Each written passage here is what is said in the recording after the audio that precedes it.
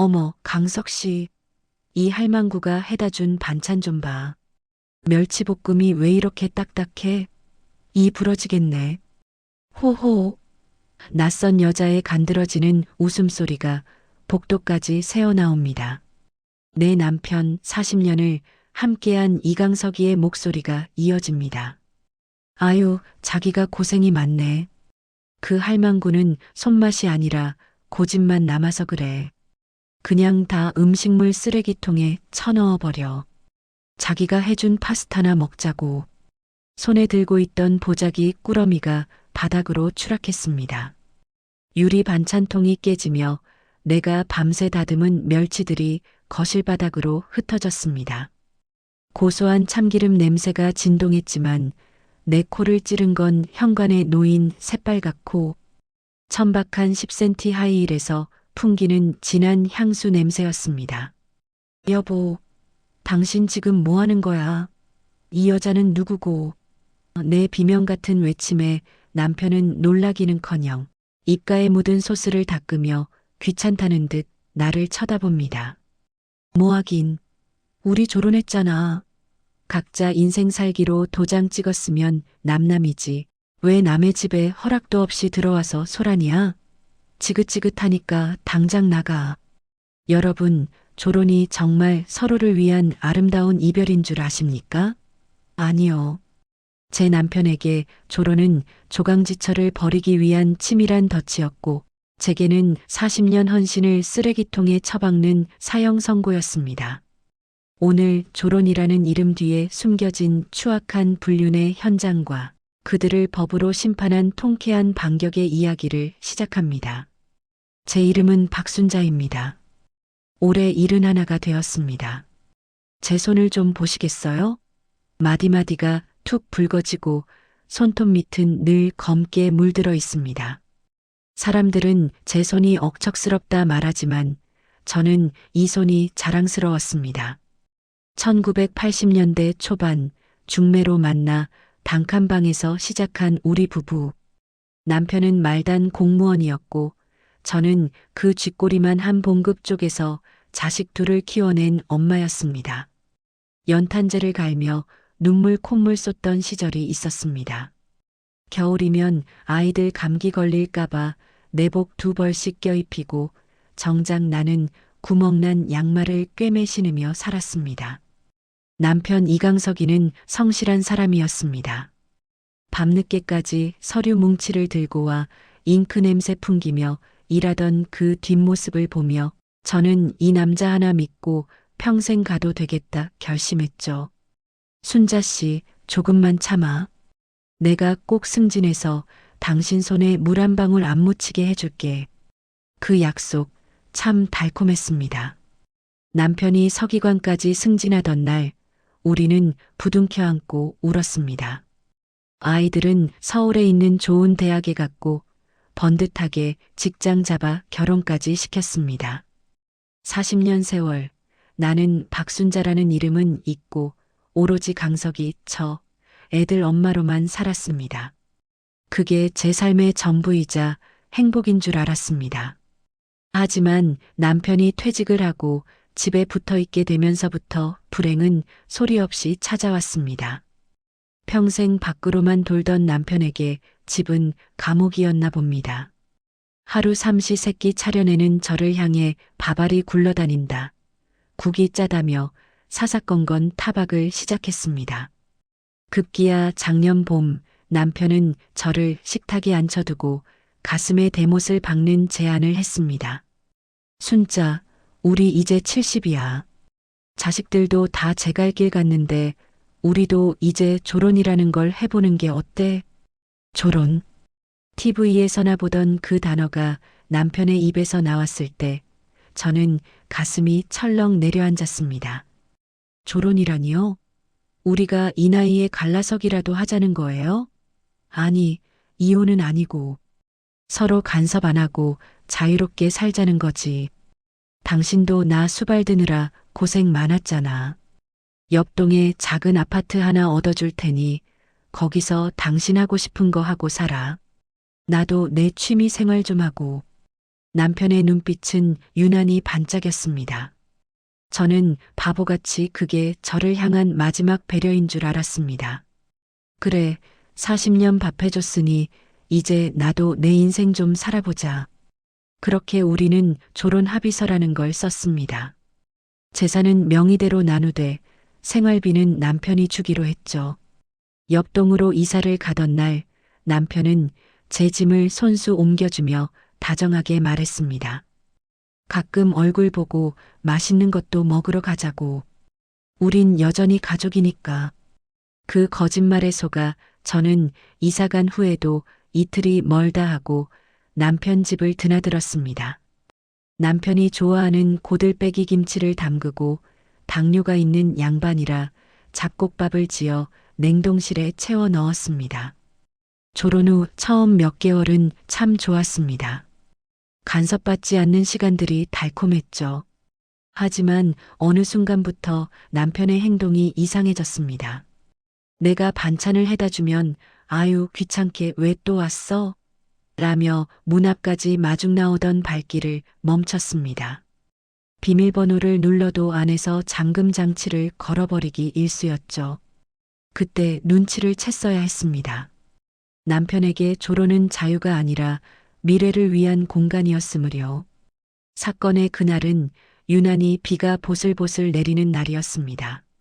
남편이 비 오는 날이면 수제비를 좋아하던 게 생각나서 밀가루 반죽을 치대어 남편 집으로 향했습니다. 연락도 없이 간 게 잘못이었을까요? 비밀번호를 누르고 들어선 집 안은 내가 알던 집이 아니었습니다. 거실 여기저기에 여자 속옷이 널브러져 있었고 화장대에는 내가 써본 적도 없는 비싼 외제 화장품들이 가득했습니다. 그리고 안방 문이 열리며 나온 그 여자, 오미숙. 누구세요? 아, 혹시 그 반찬 배달하시는 분? 오미숙은 저를 보자마자 비웃음을 흘렸습니다. 60대 초반쯤 되어 보이는 그 여자는 화려한 꽃무늬 가운을 걸치고 있었죠. 언니 강석 씨가 졸혼했다고 해서 전 총각인 줄 알았잖아요. 근데 이렇게 촌스러운 아내가 있을 줄이야. 뒤이어 나온 남편의 태도는 더 가관이었습니다. 당신이 여기 왜 있어? 내가 오지 말라고 했지. 우리 졸혼했잖아. 졸혼은 끝난 거야. 알아들어? 끝나다니요. 우리가 부부인데 어떻게 끝나요? 법적으로만 부부지 마음은 진작에 떠났어. 이 사람 나랑 제2의 인생 시작할 사람이야. 당신이 자꾸 이러면 나 이혼 소송 걸 거야. 남편의 입에서 이혼이라는 단어가 나왔을 때 저는 세상이 무너지는 것 같았습니다. 제가 정성껏 만들어온 수제비 반죽은 바닥에 굴러다니고 오미숙은 그 반죽을 발로 툭 치며 강석 씨 이거 빨리 치워줘라고 애교를 떨었습니다. 40년 세월이 그 한순간에 쓰레기보다 못한 취급을 받은 겁니다. 며칠 뒤 정말로 법원에서 보낸 서류 뭉치가 집으로 배달되었습니다. 이혼 소송 청구서. 이유는 성격 차이 및 혼인 관계의 실질적 파탄이었습니다. 남편은 제가 졸혼에 합의했으므로 이미 부부 관계는 끝난 것이며 이제 서류 정리만 남았다고 주장했습니다. 저는 식음을 전폐하고 누워만 있었습니다. 자식들은 아버지를 찾아가 어떻게 인간의 탈을 쓰고 이럴 수 있느냐며 울부짖었지만 남편은 내 재산 내 마음대로 하겠다는데 무슨 상관이냐. 너희도 상속받을 생각 말하며 자식들 가슴에도 대못을 박았습니다. 그 여우 같은 오미숙은 제게 전화를 걸어 조롱했습니다. 언니 강석 씨가 언니 얼굴만 봐도 토가 나온대요. 돈 몇 푼 줄 테니까 곱게 합의해줘요. 늙어서 추하게 매달리지 말고. 남편 이강석이가 던진 이혼 소장을 품에 안고 저는 며칠을 시체처럼 누워 있었습니다. 입술은 터지고 눈은 짓물러서 앞이 제대로 보이지 않았죠. 하지만 제 머릿속에는 오직 그 여자의 웃음소리만 맴돌았습니다. 이대로 죽으면 저 둘은 내 집에서 내 돈으로 떵떵거리며 살겠지? 그 생각이 들자 번쩍 눈이 떠졌습니다. 저는 떨리는 손으로 전화기를 들어 딸아이에게 말했습니다. 얘야, 변호사 알아봐라. 나 이대로는 억울해서 못 죽는다. 그렇게 찾아간 곳이 법무법인의 장윤정 변호사님이었습니다. 변호사님은 제 사연을 듣더니 서류 하나를 보여주며 차분하게 설명하기 시작했습니다. 여기서 저는 제가 몰랐던 조론의 무서운 진실을 알게 되었습니다. 순자 씨, 잘 들으세요. 남편분은 지금 큰 착각을 하고 있어요. 조론은 법적으로 아무 효력이 없습니다. 두 분은 여전히 법률혼 상태예요. 자, 이 세 가지를 명심하세요. 조론 중이라도 다른 이성과 잠자리를 하거나 연애를 하는 건 명백한 외도입니다. 조론이 바람 피워도 된다는 허가증이 아니라는 거죠. 우리나라는 바람 피운 사람이 먼저 이혼하자고 할 수 없습니다. 순자 씨가 이혼을 거부하면 남편은 평생 이혼 못합니다. 가장 중요한 건 이겁니다. 많은 분이 이혼 도장을 찍어야 돈을 받는 줄 아시는데 아닙니다. 혼인 관계를 유지하면서도 외도한 남편과 그 상간녀에게만 따로 손해배상을 청구할 수 있습니다. 순자 씨, 이혼 안 해주고도 저 사람들 말려 죽일 수 있습니다. 그러려면 증거가 필요해요. 할 수 있겠어요? 변호사님의 그 한마디에 제 안에 무언가가 깨어났습니다. 저는 그날부터 탐정이 되기로 했습니다. 남편이 오미숙이와 골프 여행을 떠난다는 정보를 입수하고 저는 1년 전 졸혼하며 남겨두었던 남편 집의 예비 카드키를 꺼냈습니다. 도둑처럼 남편이 사는 집에 들어선 순간 피가 거꾸로 솟았습니다. 거실 가득한 독한 향수 냄새, 그리고 식탁 위에는 제가 해다 바친 밑반찬들이 곰팡이가 핀 채 쓰레기통 옆에 굴러다니고 있었습니다. 저는 눈물을 삼키며 카메라를 들었습니다. 먼저 안방 침대에 놓인 두 사람의 커플 잠옷과 화장대에 놓인 오미숙의 물건들을 샅샅이 촬영했습니다. 그리고 남편의 서재 서랍을 뒤졌습니다. 거기서 결정적인 증거가 쏟아져 나왔습니다. 오미숙의 이름으로 된 아파트 계약서에 남편이 보증금을 보낸 송금 내역서, 그리고 지난 3개월간 남편의 카드 명세서였습니다. 백화점에서 긁은 500만 원짜리 명품 가방, 청담동 고급 레스토랑 결제 내역. 저는 평생 콩나물값 100원을 아끼며 살았는데 남편은 그 여자에게 제 피 같은 돈을 뿌리고 있었던 겁니다. 가장 결정적인 건 남편의 블랙박스였습니다. 차 안에서 두 사람이 나눈 대화가 고스란히 녹음되어 있었죠. 자기야, 그 할망구가 또 반찬 가져오면 어떡해? 걱정 마, 비밀번호 바꿀 거야. 그리고 이혼 소송 걸어서 위자료 좀 던져주면 떨어져 나가겠지 뭐. 그 음성을 듣는 순간 제 손은 사시나무 떨듯 떨렸지만 입술은 꽉 깨물었습니다.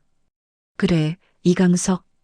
당신이 나를 버린 대가가 얼마나 비싼지 똑똑히 보여주마.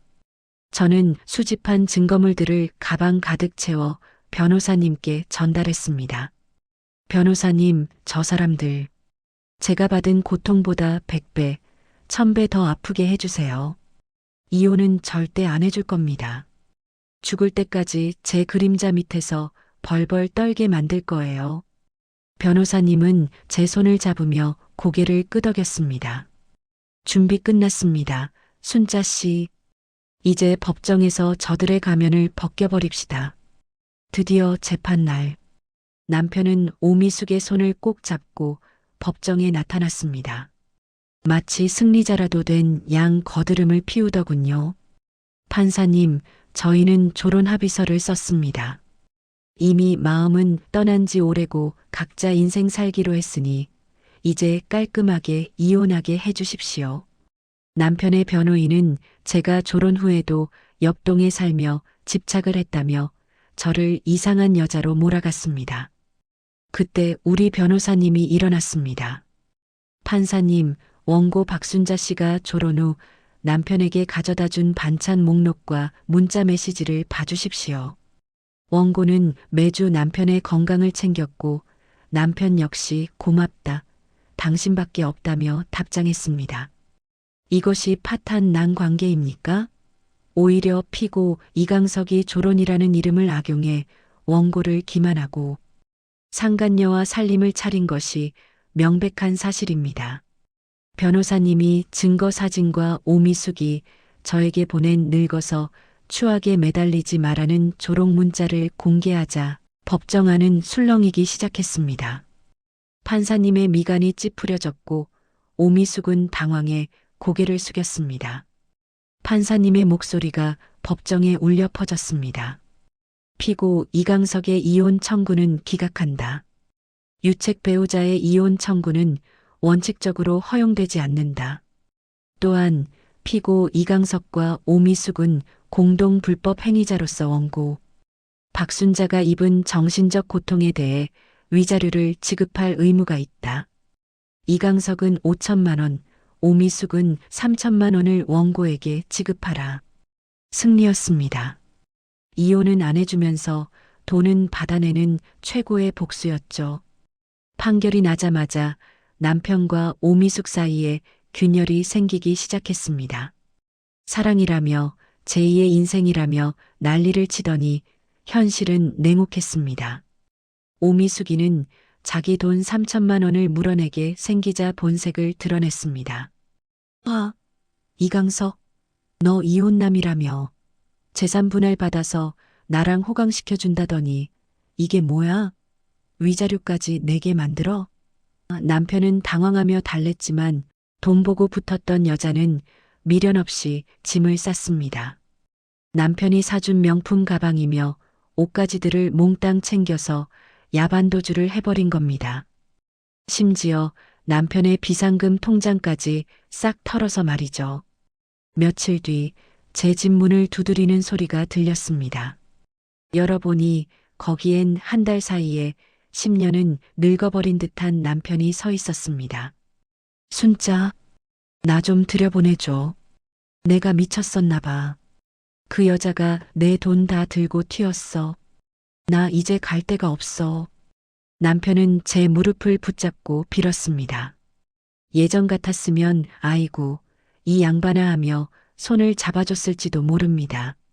하지만 제 눈앞에는 남편의 집 현관에 놓여있던 그 빨간 구두와 쓰레기통에 처박혔던 제 멸치볶음이 떠올랐습니다. 이강석 씨, 당신이 그랬지? 졸업은 졸업이라고. 나 드디어 당신이라는 지옥에서 졸업했어. 위자료 8천만 원 다 입금하기 전까진 내 눈앞에 나타나지 마. 당신 연금도 압류 걸어놨으니까 밥 굶기 싫으면 알아서 해. 여러분, 저 이제 정말 행복합니다. 남편 수발들며 들였던 정성을 이제 저 자신에게 씁니다. 위자료로 받은 돈으로 평생 가보고 싶었던 크루즈 여행도 예약했고 복지관에서 수채화도 배우기 시작했습니다. 제 손마디는 여전히 굵지만 이제 이 손등 위에는 예쁜 물감이 묻어 있습니다. 남편요? 요즘 혼자 사는 아파트에서 컵라면 끓여 먹는 모습이 동네 사람들에게 목격된다더군요. 가끔 제 집 앞에 와서 서성거리지만 저는 문을 열어주지 않습니다. 법적으로는 여전히 부부이니 나중에 그 양반 죽으면 상속도 제가 다 받을 겁니다. 그게 40년 헌신에 대한 제 마지막 권리니까요. 졸혼을 꿈꾸는 여러분, 기억하세요. 껍데기뿐인 자유를 쫓다가는 평생 쌓아온 공든 탑이 무너질 수 있습니다. 부부 사이에 신뢰가 없는 졸혼은 그저 불륜의 도피처일 뿐입니다. 저 박순자의 사연이 여러분께 작은 경종이 되었기를 바랍니다. 제 이야기가 통쾌하셨다면 구독과 좋아요로 저의 새로운 인생을 응원해 주세요. 감사합니다.